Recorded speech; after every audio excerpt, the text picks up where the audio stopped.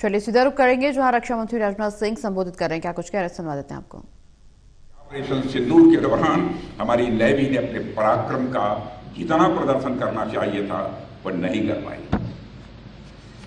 साथियों, मैं जानता हूं पहलगाम के बाद आप सबके मन में प्रतिशोध की ज्वाला धड़क रही है। आपने इसे सिर्फ हमला ही नहीं बल्कि देश की गरिमा पर, देश के स्वाभिमान पर आपने इसे चोट पाना है। आप सबसे मेरा सिर्फ एक ही आग्रह है कि अपनी तैयारी में कोई ढिलाई न आने दें, और मैं जानता हूं आप नहीं आने देंगे। हमारे माननीय प्रधानमंत्री जी ने पहले ही स्पष्ट कर दिया है कि भारत की धरती पर यदि कोई आतंकी हमला हुआ तो उसे हम एक्ट ऑफ वार मानेंगे और उसका बेहद करारा जवाब भी हम देंगे। मैं आप सभी से कहना चाहता हूं कि आप अपनी तैयारियों में कोई कमी न रखें। अब तक जो हुआ वह तो वार्म अप था। अब तक जो हुआ वह तो वार्म अप था। अगर पाकिस्तान से फिर यदि कोई जरूरत की तो इस बार नेवी भी हरकत में आएगी और फिर भगवान ही जानता है कि पाकिस्तान का क्या होगा। साथियों, ऑपरेशन सिंदूर के दौरान भारतीय नौसेना ने अपनी साइलेंट सर्विस से हर भारतवासी को प्रभावित किया है। खामोश रहकर भी भारतीय सेना ने पाकिस्तानी सेना को बांध कर रखने में कामयाबी हासिल की है। जरा सोचिए, जो खामोश रहकर भी किसी देश की फौज को बोतल में बंद कर सकता है, वह जब बोलेगा तो उसका नजारा क्या होगा, इसकी आप कल्पना कर सकते हैं। इस बार तो पाकिस्तान को भारतीय नौसेना की फायर पावर का सामना नहीं करना पड़ा, मगर दुनिया जानती है अगर पाकिस्तान ने इस बार कोई नापाक हरकत की तो हो सकता है कि इस बार की ओपनिंग और किसी के द्वारा ना हो, हमारी नेवी के द्वारा होगी।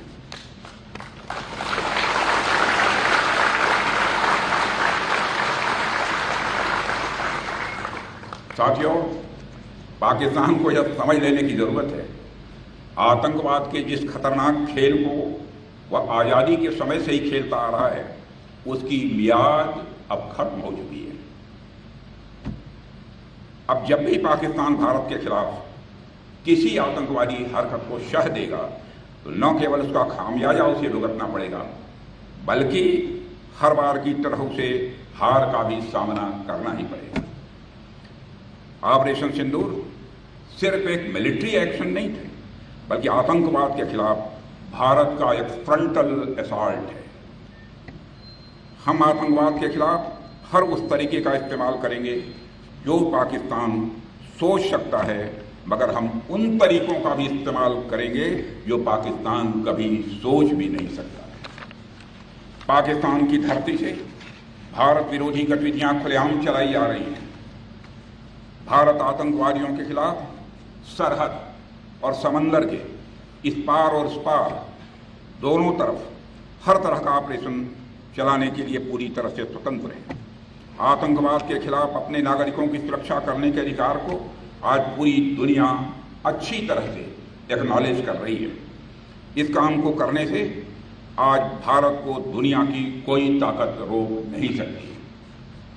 पाकिस्तान के हक में यही बात होगी कि वह अपनी जमीन पर चल रही आतंकवाद की नर्सरी को अपने हाथों से उखाड़ देंगे। इसकी शुरुआत उसे हाफिज सईद और मसूद अजहर जैसे आतंकवादियों को भारत के हाथों में सौंपने से करनी चाहिए।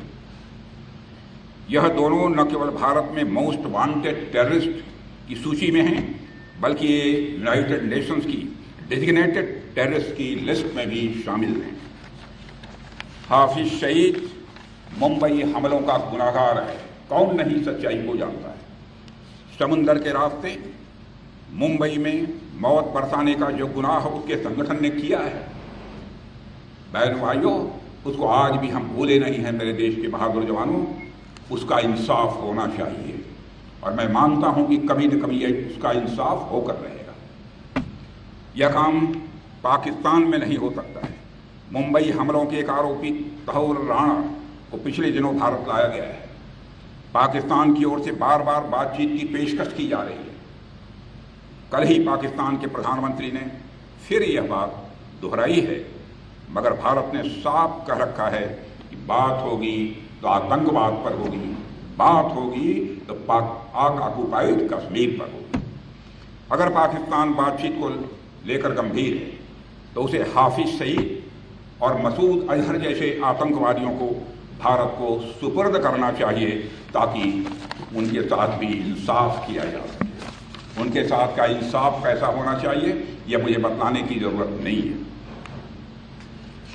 साथियों, पाकिस्तान इस बात को गांठ बांध कर रखे कि हमारी नेवी अगर एक ओर समुंदर की तरह शांत है तो दूसरी ओर वह समुंदर की तरह सुनामी लाने की भी क्षमता रखती है। यह है हमारी भारत की नेवी। अभी कल ही मैं नेवी के 2 जाबाज वीरांगनाओं से मिला हूं, लेफ्टिनेंट कमांडर दिलना के और लेफ्टिनेंट कमांडर रूपा के। 8 महीने तक समुद्र में नाविका सागर परिक्रमा करके हमारी वह दोनों बेटियां भारत अपने वतन को वापस लौटी। और जब मैं उनसे मिला था तो उनके चेहरे पर एक सेंस ऑफ कॉन्फिडेंस, एक आत्मविश्वास का भाव स्पष्ट रूप से दिखाई दे रहा था। और उस समय 8 महीने के बाद भी चेहरे पर न कोई शिकन थी, न चेहरे पर कोई थकान थी। वो भले ही 8 महीने तक समुद्र में रही, लेकिन उनके अंदर उत्साह और जोश की कोई कमी मुझे नहीं दिखाई दी। यही आपकी ताकत, यही इंडियन नेवी की ताकत है, और आपकी इसी ताकत को पूरे देश को पक्का भरोसा है। मैं ये बात फिर से बेहद दृढ़ता से कहना चाहता हूं कि ऑपरेशन सिंदूर अभी खत्म नहीं हुआ है। वह सिर्फ एक विराम है, एक कामा है, एक चेतावनी है। अगर पाकिस्तान ने फिर वही गलती की, यदि पाकिस्तान ने फिर वही गलती की, तो भारत का उत्तर और भी कठोर होगा और इस बार उसे संभलने का मौका भी नहीं मिलेगा। मैं इस अवसर पर यह भी कहना चाहूँगा कि इस ऑपरेशन की एक खासियत यह भी थी कि हमारी तीनों आर्म्ड फोर्सेस ने बेहतरीन तालमेल दिखाया है। वेरियस मिनिस्ट्रीज और गवर्नमेंट एजेंसीज के साथ कोऑर्डिनेशन भी बहुत ही सीमलेस रहा है। कुल मिलाकर सभी स्टेक होल्डर्स की एक्टिव पार्टिसिपेशन से ही यह ऑपरेशन सक्सेसफुल हो पाया है। साथियों, आज हम एक ऐसे युग में हैं जहां युद्ध सिर्फ गोलियों और बमों से नहीं लड़े जाते, बल्कि साइबर स्पेस, डाटा डोमिनेंस और स्ट्रेटेजिक डेटरेंस से भी लड़े जाते हैं। और मैं यह गर्व के साथ कह सकता हूं कि हमारी नेवी इन सभी क्षेत्रों में मजबूती के साथ अपने कदम आगे बढ़ा रही है। साथियों, इंडियन नेवी आज सिर्फ हिंद महासागर की प्रहरी नहीं है, बल्कि एक रणनीतिक ताकत बन चुकी है, स्ट्रेटेजिक पावर बन चुकी है, जो इंडियन ओशन रीजन में भारत की उपस्थिति को सशक्त बनाती है और सत्य को यह चेतावनी देती है। भारत अब केवल रीजनल पावर नहीं है, भारत अब केवल क्षेत्रीय शक्ति नहीं है, बल्कि वैश्विक शक्ति बनने की दिशा में तेजी के साथ भारत अग्रसर हो रहा है, हमारे प्रधानमंत्री मोदी जी के नेतृत्व में। साथियों, INS विक्रांत की मौजूदगी, उसकी मारक क्षमता और आप जैसे रणबार बाकुरों की अडिग निष्ठा, यह सब मिलकर भारत को एक ऐसे मुकाम पर ले जा रहे हैं जहां से कोई भी चुनौती हमारे सामने छोटी नजर आ रही है। साथियों, आपका जीवन अनुशासन, समर्पण और इस दोनों के साथ साथ बलिदान की भी मिसाल है। जब देश चैन की नींद सोता है, तब आप समुद्र के सीने पर तैनात रहते हैं। आप न दिन देखते हैं, न रात देखते हैं, न मौसम देखते हैं, न आप परिस्थिति देखते हैं।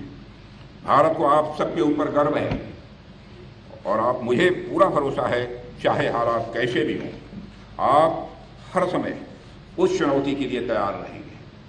ठीक उसी तरह मैं आपको आश्वस्त करता हूं, प्रधानमंत्री जी के कुशल मार्गदर्शन में हमारी सरकार भी आप सभी को मजबूत बनाने और आपके वेलफेयर के लिए हमेशा तैयार थी, तैयार है और तैयार रहेगी। मेरी हार्दिक शुभकामनाएं आप सभी के साथ हैं और आपके सभी परिवार सदस्यों के साथ हैं। इन्हीं शब्दों के साथ मैं अपना निवेदन समाप्त करता हूं। बोलिए भारत माता की जय, भारत माता की जय, भारत माता की जय। इंडियन नेवी जय, भारतीय नौसेना जय, भारतीय नौसेना जय। क्या बात हुई, एक बार जोर से तालियां बजाइए।